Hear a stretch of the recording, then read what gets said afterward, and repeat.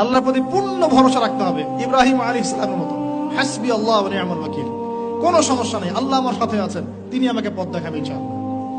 মুসা আলাইহিস সালামের মতো, কাল্লা ইন্না রাব্বি মাইয়া সায়াহদিন, তার বাহিনী বলছে, মানে বনু ইসরাইল বলছে, পিছনে ফিরআউনের বাহিনী, সামনে লোহিত সাগর, ইন্না লামুদরাকুন, আমরা ধরা পড়ে গেলাম।